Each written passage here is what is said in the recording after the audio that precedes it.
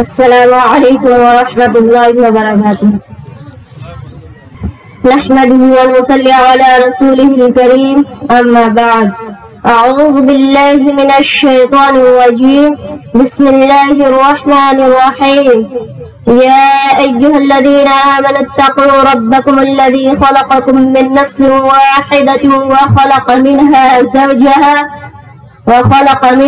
زوجها وبث منهما رجالا كثيرا ونساء، واتقوا الله الذي تساءلون به والأرحام إن الله كان عليكم رقيبا۔ وقال النبي صلى الله عليه وسلم: النكاح من سنتي، وقال: إذا تزوج العبد فقد استعمل نصف الدين فليتق الله في نصف الباقي۔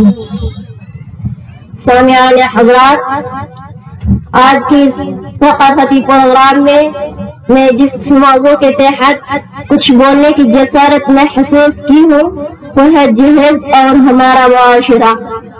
امید ہے کہ آپ لوگ میری تقریر کو بغور سماعت فرمائیں گے اور اس پر عمل کرنے کی کوشش بھی کریں گے انشاءاللہ۔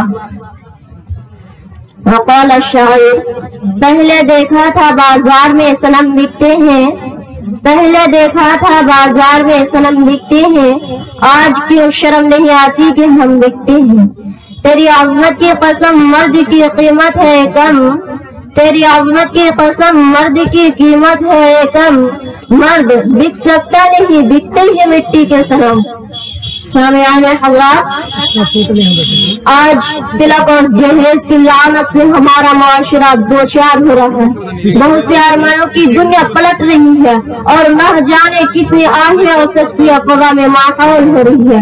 آج ہم اسلام کے دعوے دار ہیں، خود ہی اسلام کے صاف شفاف اور پرکش اس چہرہ پر قابل لعنت داغ بن چکے ہیں۔ نکاح اور شادی کو اسلام کے آئلی قوانین میں سنت اور عبادت کی حیثیت حاصل ہے۔ نکاح تمام انبیاء اکرام کی سنت ہے۔ قرآن کریم سے بھی اس کا ثبوت ملتا ہے، جیسے وَلَقَدْ أَرْسَلْنَا رُسُلًا مِّن قَبْلِكَ وَجَعَلْنَا لَهُمْ أَزْوَاجًا وَذُرِّيَّةً۔ اسلام میں اذا تزوج العبد فقد استعمل نصف الدین کہہ کر شادی بیاہوں کو نصف ایمان فرمایا ہے۔ اسلام میں یا معاشر الشباب من استطاع منکم الباءۃ فلیتزوج کہہ کر نوجوانوں کو شادی کرنے کی ترغیب دی گئی ہے۔ سامعین حضرات، تلک کے نام پر، جہیز کے نام پر شادی بیاہ میں جو خرافت و مشرکانہ رسمیں ہمارے دیش میں رائج ہو گئی ہے وہ خالص ہندوانہ رسمیں ہیں، اسلام سے اس کا کوئی تعلق نہیں ہے۔ سامعین، جہیز در حقیقت کی شے ہے جو ہم سے چمٹ گئی ہے۔ ہم نے اس لعنت کو تمدن سمجھ کر قبول کر لیا ہے، چونکہ اس میں عیش و عشرت کے سامان کی فروانی نظر آتی ہے، مفت کی دولت مل جاتی ہے، اسی لیے مالدار طبقوں نے اس کو اپنی نمائش کے ذریعہ بنا لیا ہے۔ اللہ کی دی ہوئی نعمت کو حرص و طمع پیدا کرنے کا آلہ بنا لیا ہے۔ زیادہ سے زیادہ جہیز دے کر دراصل دولت کی نمائش کرنا ہوتی ہے، مگر اس نمائش نے آج ہم کو کتنا ذلیل بنا دیا ہے اس کا ہمیں تصور بھی نہیں ہے۔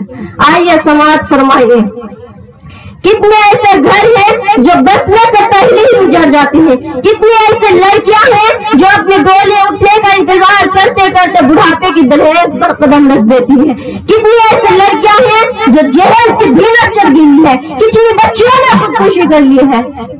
آخر میں اللہ رب العزت سے دعا کروں کہ اللہ رب العزت تمام مسلم بھائیوں کو جہیز کی لعنت سے بچائے، آمین، اور نکاح شادی بیاہ کو سادگی سے انجام دینے کی توفیق عطا فرمائے، ثم آمین۔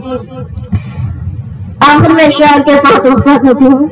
لڑکی کے والدین کی نیندیں حرام ہیں، لڑکی کے والدین کی نیندیں حرام ہیں، جب سے سنا ہے شہر میں چرچا جہیز ہے۔